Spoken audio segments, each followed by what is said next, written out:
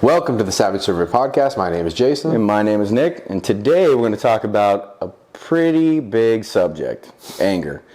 It's going to segue into a series that we're going to bring to you.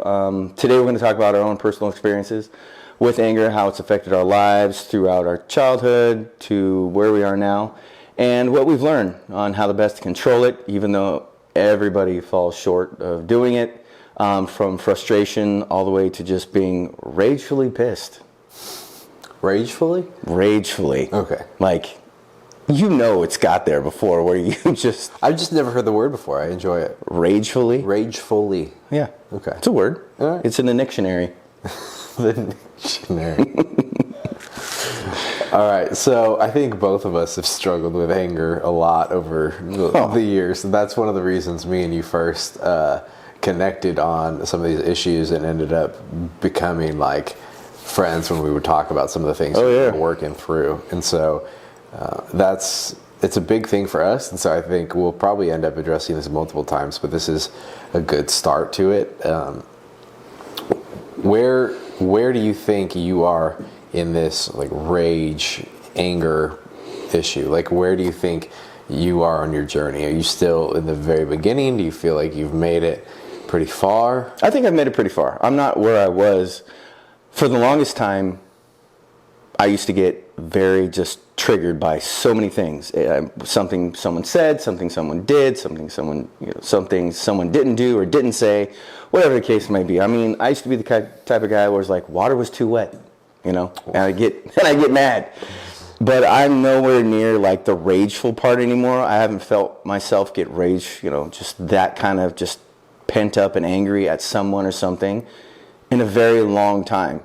A lot of people have a misconception that kind of rage is straight up like anger all the time. But most times it comes from a feeling of depression, sadness, feeling disrespected, in a relationship, needs not being met. Those are like the biggest ones that I think people deal with on a daily basis. For me personally, where I'm at now in my path of like taking myself off of like, as I say, like the burner and like just serving those that I love, I don't get angry. Sometimes I may get frustrated, which just is like, the beginning of anger. But I don't get my feelings hurt as much anymore. I say butt hurt, and we all know what that means. But I don't have that, like, it's all about me. It's, why is it affecting me so much? Or they did this to me on purpose, and it was always me, me, me. But like Jay had said, is this a me problem or is it a them problem? And so for me on this journey so far, as we all know, and I'm sure you'll say, it's a daily battle. You have to constantly check yourself. Yeah. So somebody had explained it to me this way, was that you have a base level emotion. Like that's your standard go-to. And for a lot of men, it's anger. Yeah. And so whether you are sad or some other thing, right? If you go to an emotion, like that's the way you start to interpret it. It's like you immediately interpret it as anger, if that's what your base is, right? Like some people, it's something else. But I think for me, that was for a long time, that was my base level emotion. And I still get angry a lot, but I've gotten to the point where I'm not like at least exploding into it. And so that's been a big part of it for me, is just being able to control in those moments.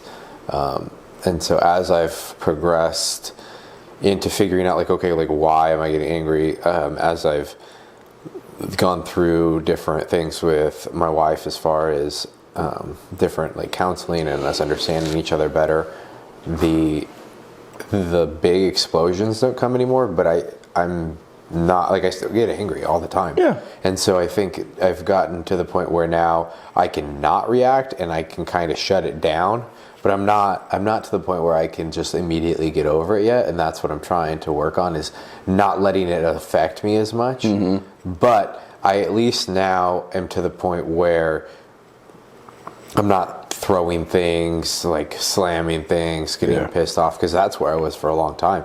Was if I got angry and I felt disrespected, especially, that was like I just needed to blow off the anger and like some of the fumes. And so, whether it was go to the gym or go in the garage, like I would slam stuff for no reason. I would make noise and do all the stereotypical adult angry temper stuff. Yeah, 100%, a big adult temper tantrum. But and now it's less of that, and I can at least recognize like that I'm getting angry, and I think it's more of just self-reflection and understanding what's going on, and understanding that it's not something that's appropriate as an adult, and it's not something as a man that you can do, and you have to go through that a ton of times before you can really see the effect that it has on the people around you, the way that it damages.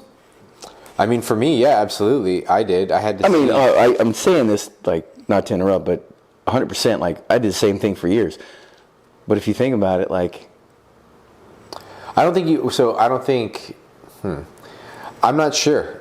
I know that the way that I went through it, I had to see the way it affected the people around me in order to get out of it, because I had to see what it was. Because when you're angry, like throwing something feels good.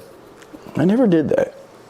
Whatever, like going and like yelling, sound like feels good. Like getting that emotion out of you in that moment feels good, and it's very damaging to those around you, and it does a ton of damage to your relationships.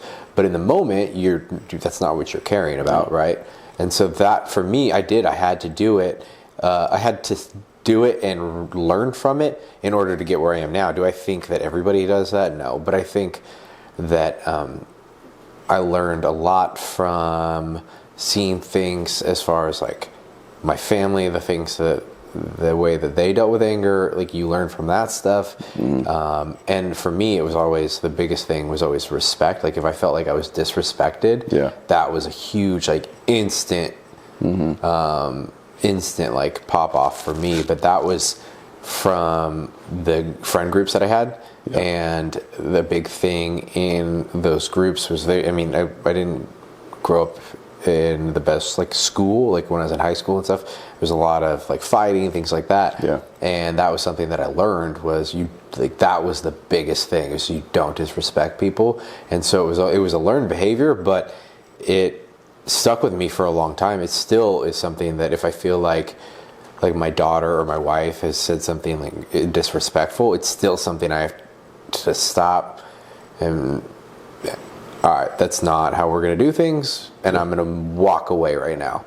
But for a long time, it was, if I felt like I get disrespected, whether it was at work, whether it was in public, whether it was by my family, I mean, I was instantly yelling, and that was a big thing for me. I think that was part of the biggest. That was one of the first things that took me down this journey of self-development, is because of the damage that it did to my family, the damage it did to my relationships, potentially putting my job at risk, like those things. And we don't generally get a ton of respect in the area that we work in, and by the clientele that we see, right? And so taking things personal is a huge thing about that, and I had to figure out how to not do that. And that has come a lot with being able to be confident in who I am just as a man, and that's been experience for me, and like realizing that less things matter than I really think they do. I'm not sure how you would get around those experiences though, and learn that just by learning it. I think if you have good men around you, like we're trying to do here, like we're trying to help people learn from our mistakes and put mentors in place that we're learning from, so other people can at least see that. The gentleman that we're going to talk to later this week, Jay, he was a big mentor for me, and he had a ton of anger issues. He did a ton of work on that, and he helped me through a lot of it in the beginning. he's in emergency services as well. Like he's very high energy, high strung guy.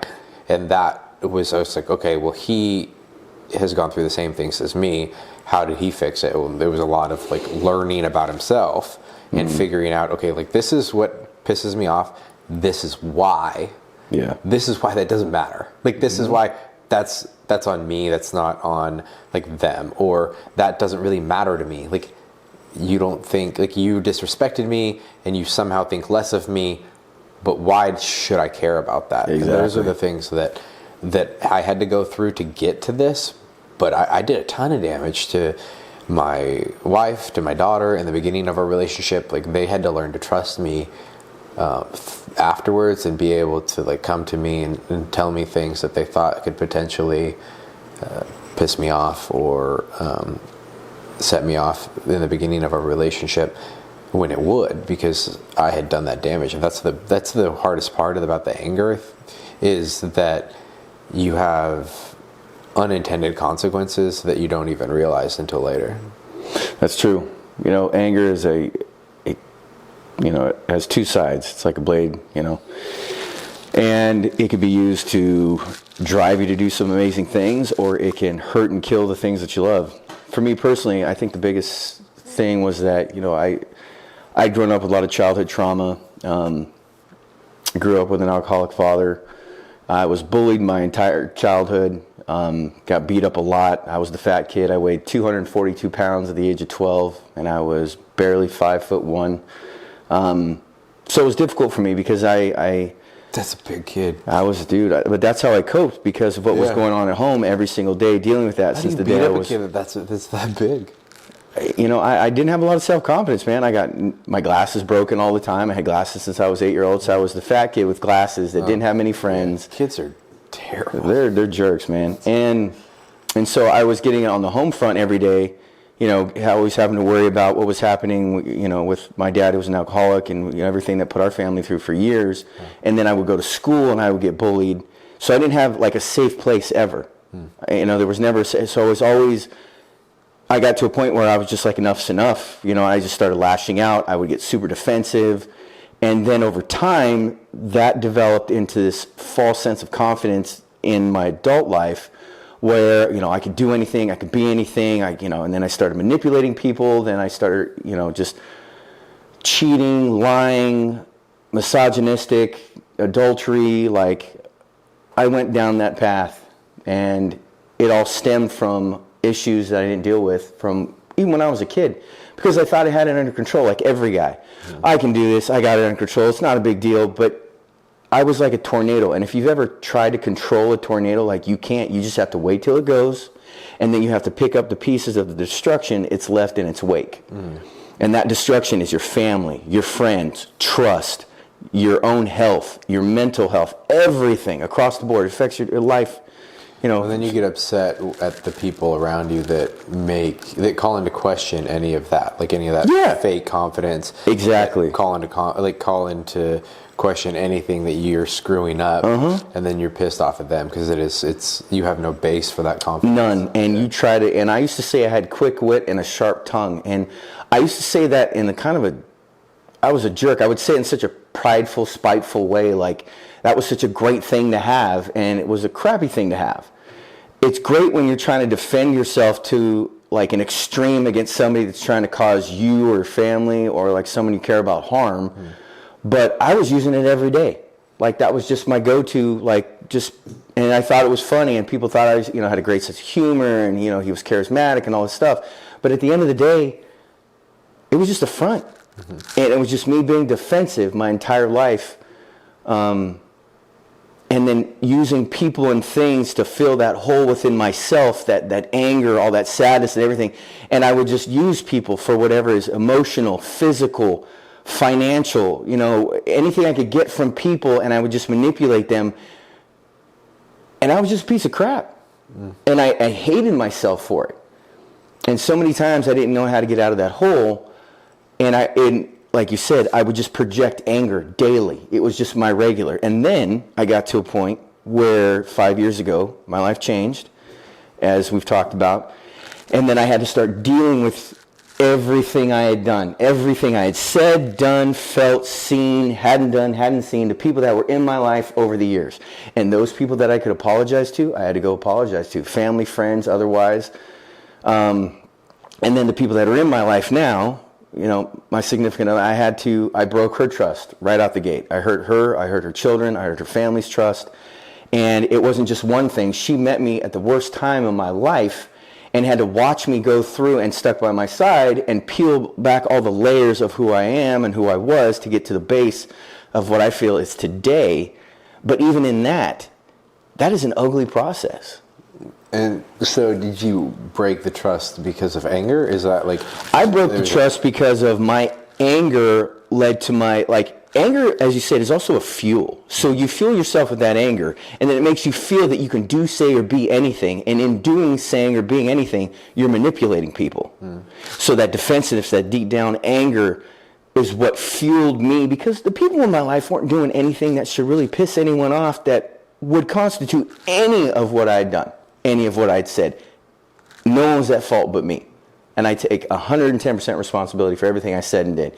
It was wrong. I beat myself up over it for a long time. I felt guilty about it. But the thing I felt guilty about the most was the anger. Because even arguing... do things that you normally wouldn't do and say, right? Yeah. Okay. Because even arguing, even now, I would get super defensive right out the gate. You know, when you're trying your best and you feel like it's still not in a sense good enough, and I'm not saying this in a victim sense, but I used the analogy before of climbing up that mountain trying to become better, and the people that you've hurt are trying to throw rocks at you, but they don't understand they're not throwing those rocks at you trying to hit you.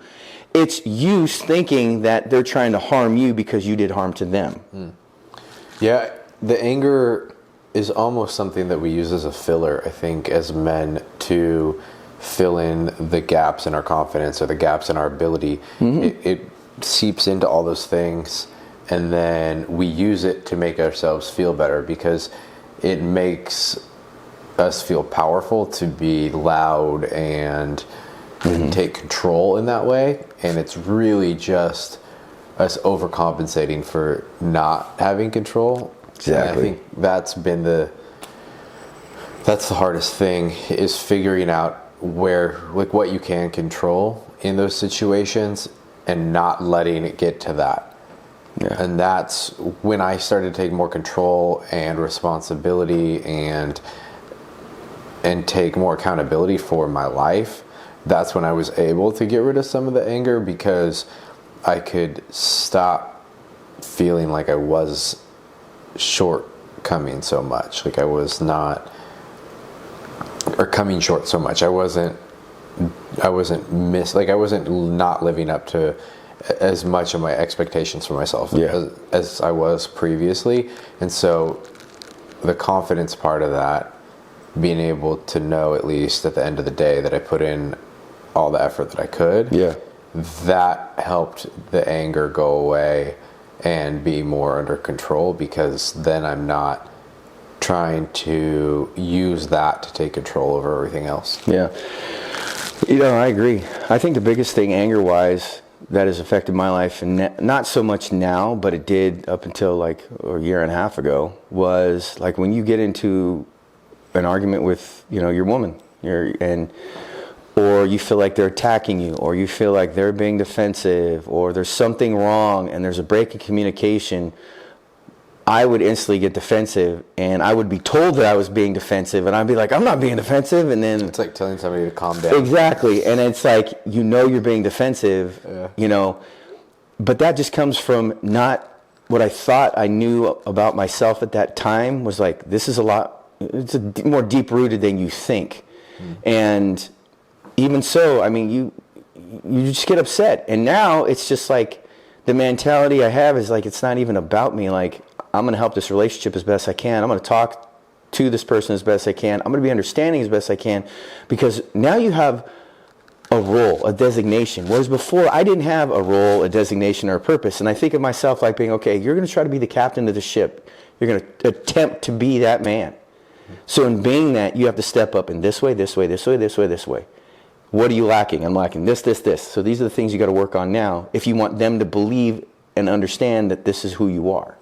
Yeah, men that don't have a purpose, we tend to find a purpose in something negative than a purpose that we haven't chosen. And that, to me, when I got my daughter and my wife and I was able to start living into that and understanding what my purpose was in that, helped a lot of things, including the anger piece of it, because you have that role, that responsibility, but you can do that with anything. You just have to pick what your purpose is going to be, or find out what you think God has put you here to do, because if you can do that, it helps. I think as men, we have so much raw energy, and you could say passion, you could say there's all sorts of ways it can come out, but there's that, it's just energy. It's this energy that we have to use in some way. And so a lot of times when we don't have something to channel it into, it comes out as anger, or we go after the wrong things, and we put our energy into things that just are destructive to our life. But it's that end, like, as a boy, you don't know where to put it. You don't know where to put that energy. And then I think that's part of becoming a man, is finding a purpose. And whether that's your family, whether that's some sort of larger goal, putting the energy into that has made a huge difference in my life. And I think about the men that I know that are the best men that I know. They have a true purpose. And I think that's the thing, is you have to figure that out and be able to put the energy into that.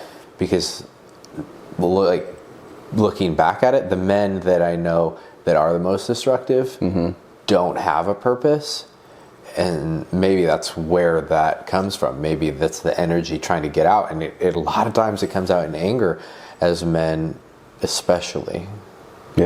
Another part of anger is judging yourself, being frustrated with, like, something not going your way, or you thinking crappy about yourself, or, you know, how come this isn't happening, or I tried this and I failed. Like, our own internal dialogue can make us frustrated and angry very easily.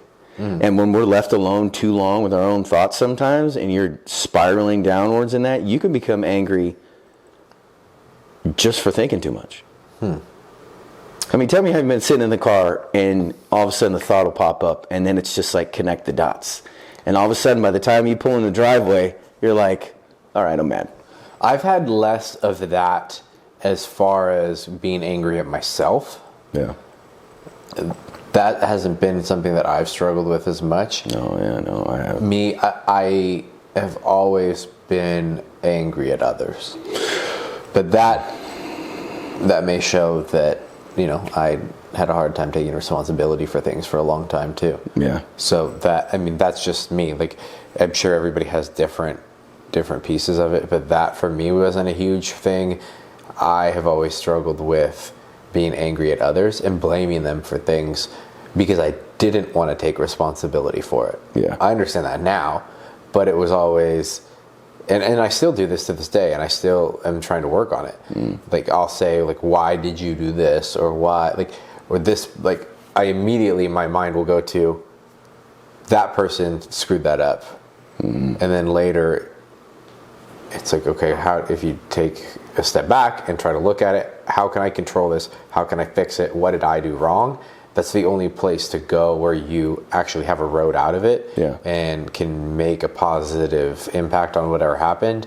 But it's really hard once you get into the mindset and the habit of pushing blame off on other people to then learn how to take responsibility for it. And the thing that helped me was to have other men in my life that would call me out on my BS. Like, no, you screwed that up, dude. I don't know why you're mad at somebody else. And it's really hard to find people that will do that. But if you give the people in your life permission to do that, it can piss you off at first, and it definitely does. But as you sit in it, and especially if multiple people tell you the same thing, like, the first time it really happened to me, I was mad at my wife for something, and I was in a group call with, like, 10 other men that we were all supposed to be holding each other accountable in our goals. And so we were talking about our goals. I was pissed off about something that I felt like my wife had made me not able to finish something in the right way. I don't even remember what it is at this point. It was so insignificant. But I remember that one of the guys was like, why didn't you do this? And I was like, because of this. And I had this excuse, right? And my immediate reaction was defensiveness, was excuse. And then I was mad at him because I thought he was being a dick. Right? Yeah. And when in reality I probably was mad at myself, but I'm just channeling it to the safest person. Yeah. And insecurity. Yeah, absolutely. And then the next guy was like, dude, why are you mad at him? He's just like, this is why we're here. You screwed that up. Yeah. And then I was mad at him for defending the other guy. Then it starts to like, then it's like you can't fully excuse it. Yeah. And so then as another person said the same thing, I like sat back, and as I sat back, I was like, yeah, that was my fault. And then I had to start with apologizing to them, and then I had to go apologize to my wife, and then fix the problem. And then that was one of the first times that I really did that.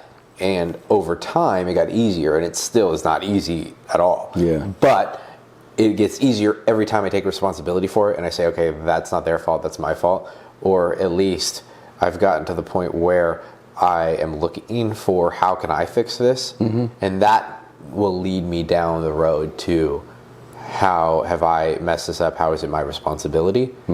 Because if I'm looking for a way to fix it, I can only really address the things that were on me. Yeah. Yeah, and to wrap this up, I just got a few things. One thing I want to say about saying sorry, and then the few tips that I follow. One, saying sorry, the best way to say sorry is changed behavior. Okay? I was notorious for, saying sorry to you blue in the face, but not having any changed behavior. If you don't change the behavior, if you don't have accountability and change that behavior in somehow, some way, no one in your life is ever going to take you seriously about an apology. Best thing to do is to know that you made a mistake, apologize first, be a man, walk up to whoever they may be, say if it's your wife, be like, babe, I'm really sorry I did this, I shouldn't have said that, I'm going to do better at working on this, and this. If you see it become more of an issue, please let me know. For me personally, like I said, the number one thing that helps with my anger is accountability, knowing what I'm thinking. When you're alone by yourself, you have to hold yourself accountable for your own thoughts. Like I talked about, driving in your car by yourself, thinking about nothing. If you're thinking bad stuff, if you're getting angry about something, if you're blaming, whatever, you have to hold your thoughts, in the present and accountable. The second thing, like I said, is acting. Words come and go, but your actions, those things make the difference. So I had to learn to realize what I was saying, take action, and then listen to understand. Don't listen to respond. Don't sit there and while you're having an argument with whomever it may be, and you say, well, I'm going to blame them. I'm being defensive right now. I'm this, and this. If you don't know that, the argument's just going to go on. It's like, am I being defensive? Is what they're saying legitimate? Yeah, so often I would be in an argument and I wouldn't hear the rest of what they said because I was trying to remember my rebuttal to something else. You're just trying to refute anything. Yeah. I'm like, no, hold on, that wasn't real. That was this. Right, and I have an excuse for that, or even if it's a legitimate reason, then you miss the rest of the point. Yeah. And if in an argument, I'm just going to keep using your girlfriend, your wife, whoever it may be that's close to you, does anybody really win in an argument? I mean, in the end, is there if someone wins, someone loses, and if someone loses, you both lose. You may feel better, but at the end of it, you damage the relationship. That the whole point. It's not productive. The whole point of the argument, right, is to potentially get your way in a relationship. But if you get that way through an argument and you make them feel stupid or you make your point in that way, like realistically, at the end of the day, you're not really going to get anything that you want. You just lost. You're not going to get the relationship that you want because you're screwing it up. You're damaging it. So you may want you may want this for dinner, right? And you're arguing over where to go for dinner, and you make the argument big enough, but you may get what you want for dinner, but then you're eating it in different rooms. Yeah, it doesn't matter. Compromise is the biggest thing when it comes to communication and, working around issues. And I've had thousands of arguments, and I can honestly say that after I thought I won an argument, especially with the woman I care about, I didn't win, I lost. Now her feelings are hurt. Now I have another issue I have to deal with that I created. If I would have just shut up, listened, took her thoughts and accountability, process that for a second, either said nothing, come out with something that was productive to the relationship or the discussion at hand, or maybe even just agreed. Because at the end of the day, what do you want for dinner? If you're going to have an argument over what's for dinner, does it really freaking matter? Do you want chicken or fish? Does that really matter? I've seen so many futile arguments come out of things that are just ridiculous. How do you stop in the middle of an argument? Don't start. Okay, well, but that's the thing. That's true. That is the biggest thing. That was the biggest piece of advice I learned, because that goes back to the tornado analogy. How do you stop a tornado? You can't. You have to be able to stop in some way, though, in the middle of it, right? We have I'm not perfect. Neither are you. Neither is anybody that's watching this. So if you find yourself in an argument, which people, no matter best thing to do is shut up. It's going to happen, right? Don't say anything. So when you realize you're in that argument, you just shut your mouth. You just stop. Because you can't, I guess you could. They'll be like, why aren't you saying anything? But it's best to not say anything at all, or say something like, right now, I'm really upset. You're really upset. Let's just have 10 minutes of being in another room, or you go do something and I'll go do something. I really want to finish this conversation because I want to have a resolve to this where we both feel better, and we're going to come back and talk about it. Don't leave things unresolved, because that leads to resentment, and you do not want that. That is ugly that's what ugly I was trying disease. to get at too, because that's been the big thing for me and my wife, is if I stop the argument, the only way that she can feel like there's a resolution to it and we can move on from everything is, okay, I'm this is too much right now. We're both getting to a point where this isn't productive. Let's take a break. I guess give a designated time. I'm going to go do this. Yeah. You take a break. Go do this. Cool off. But let's reevaluate this in this amount of time. Yeah. And then actually do that, right? Yep. Because if I say that and then I don't do it, and then at the end of the day we haven't resolved it, that makes it just as bad as going to bed right after the argument. Oh, it's right? It's like compiling. But if I do that, and if I don't give it time, and I don't say, hey, let's just come back to this later, or then she doesn't feel like it's gonna get ended, so it's hard to make that split off to cool off. But if I do that, this has been a process that I've figured works for us, and it really, really works for us, is I say, okay, give me a half hour. I'm gonna go out in the garage and fix something, right? Or I'm gonna go work out, or whatever it is. And then I really have to, in that time, do whatever I can to not think about it, because it doesn't help if I go out to work out and then I'm stewing on it the whole time, right? I really have to say, okay, we have to take a 30-minute break. I'll come back, we'll talk about it then when we're both calm. And then I really have to go do something that takes my mind off of it, where I can take it down, right? Doing stuff with my hands, whether I'm working in the backyard, digging a hole for a fence post, or whatever I'm doing, right? Those things really take my mind off of it, and for whatever, that works for me. And then when I come back, I say, okay, do you feel like you could talk about it right now and we can actually have some good conversation? Do you feel like you're in a better place? And then move on from there. But that's been the process for us, right? But that, literally all those things that I said have to be done, I learned because those are the things that weren't done the first few times I've tried this, right? So those are the things. Other people may be different, but I think for us that works. I can't just stop talking and be like, okay, I'm too pissed off, we can't do this right now. That doesn't work. Because we both know, because then she feels like I'm punishing her for it, right? Well, that, and then you're leaving things up in the air. You need to resolve what's going on. You're not validating her feelings. You're making it feel like the conversation or whatever's going on isn't important enough to you, and then she feels discarded. and her thoughts and feelings and everything else along with it. I've learned that the hard way. I've literally had my woman tell me, like, I'm going to go out here, I'm going to go into the other room. And I used to fight about that, being a dumbass. Why are you leaving? No, we're going to settle this now. And just being defensive and angry about it because in the moment I felt disrespected or hurt or whatever. And that was my fault. But you're right. And that is the best way to go about it. Like I said, the hurricane thing, the best way is to just not start. And if you have to end things in the middle, come back, like Jason said, give us 30 minutes. And while you're in there, men, reflecting on it, don't be finger pointing the whole time. You're thinking like, oh God, well, she did this and she didn't say that and blah, blah, blah, blah, blah. That's for you to reflect back on you, what you contributed to it getting there, what you could have said better and done better. And the best way to start and open your mouth with initial apologies, like, I didn't understand this, my apologies, and then go into guide it. What can we do to make this better? What am I not doing to help understand what's going on with you or the situation? Because if you don't, you're still going to sit there and swirl, and eventually you're going to get mad again.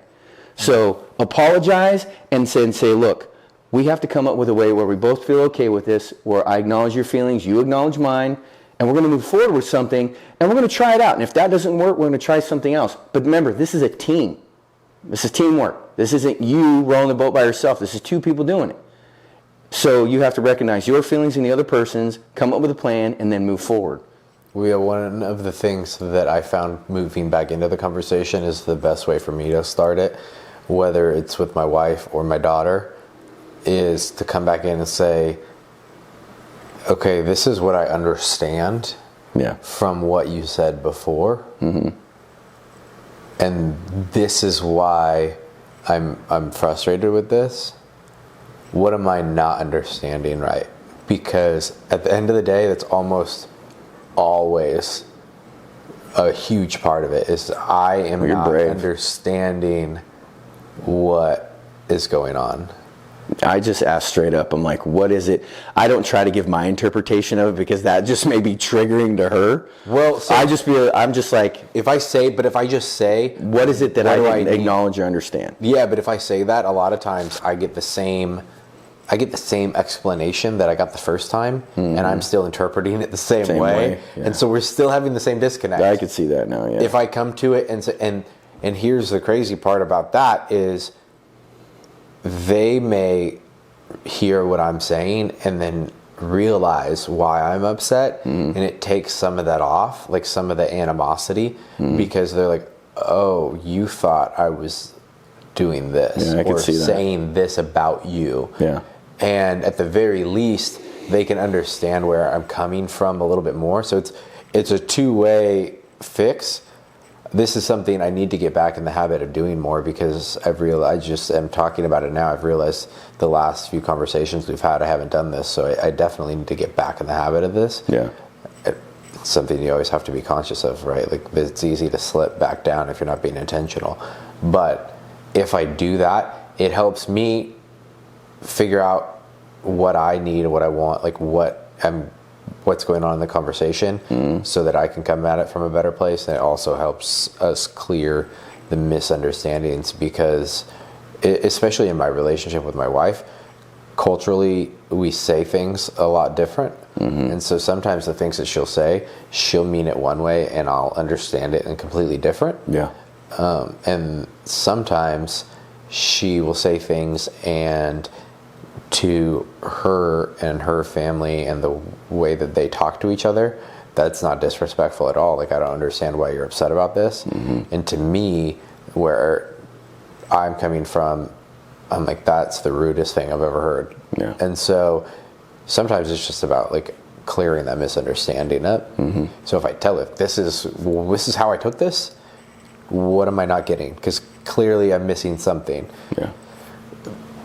I mean, we've focused a lot on relationships as far as your wife, but that same thing I've done at work. Yeah. When I've been pissed off that somebody did something. Yeah. And I'm like, why do you do this? And it's less of I need to take a break from you in those situations, right? Because it's not as personal. It's not as... Because you're not as close to them. Yeah, exactly. And it has a lot less effect on you. That's why. But I will do that when I realize I'm pissed off about something, and I'm like, it was especially when I've trained people in the past, and they've done something, and I'm like, I just don't. Why did you do that? Yeah. Like that was, to me, I'm like, that's the dumbest thing I've ever seen.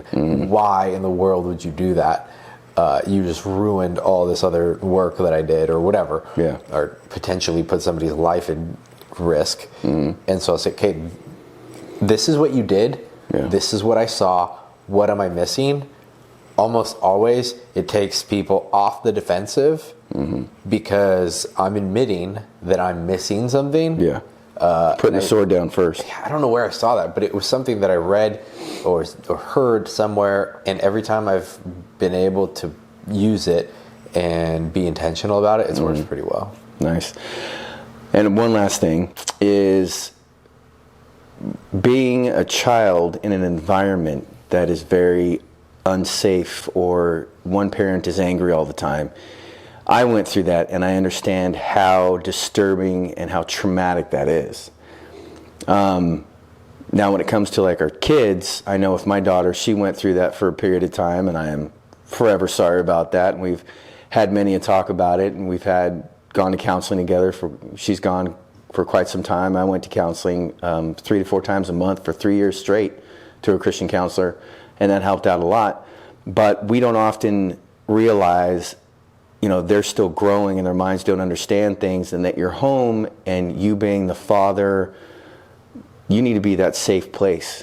You need to be that protector. And a lot of times with anger, that overshadows everything, and we just don't care about anybody, or it used to be, we wouldn't care about anybody that saw or who it affected or whatever, because in that moment it was all about us. Like getting that feeling out. What got to me was when I realized my daughter was going to think that that was okay. Yeah. And that she would eventually accept what I put out as a man. She would accept that in a man later in life. Yeah. That's when I really started to be intentional about, we've done a lot to make our relationship better, me and my wife, but the intention on what my daughter sees is even higher. Because if we are going to have a disagreement, we're going to argue, let's go behind closed doors, let's go and have this discussion that could potentially be igniting. Let's have it somewhere where my daughter can't see it, because I don't want to ever want to have to speak to her about the way somebody else is treating her, and if it's not acceptable, and her to not understand where I'm coming from or not take what I'm saying seriously because she's seen the way that I behave, and that not be the example that she looks to. Like, she's gonna try to find a man that is what she thinks a man is. And if I show her that a man is angry and bitter to his family and talks to them and puts them down and talks to them in a negative way, that's what she's going to expect. So if that's the common denominator in everything, and that's what she goes to look for, that's what she's going to think a man is, and that is potentially what she's going to end up with. And I couldn't imagine how guilt-ridden I would be if that was because of me. And so I've been really intentional about what she sees in our conversations too. And that was a big eye-opener for me. Oh, same. I was told by my significant other the same thing numerous times, like, kids hear and see everything, and I would still refute it, be like, oh, she's not paying attention, or she can't hear this and that, and I was wrong. They always they do. And I never once referenced back to when I was a kid, thinking how I saw and heard everything and how much it affected me. And she was right, and I'm very grateful for her for showing me that and telling me that and helping me to stop that, and like I said, my own understanding of who it really affects and what I should be looking at. So, all right, be a savage, be a servant.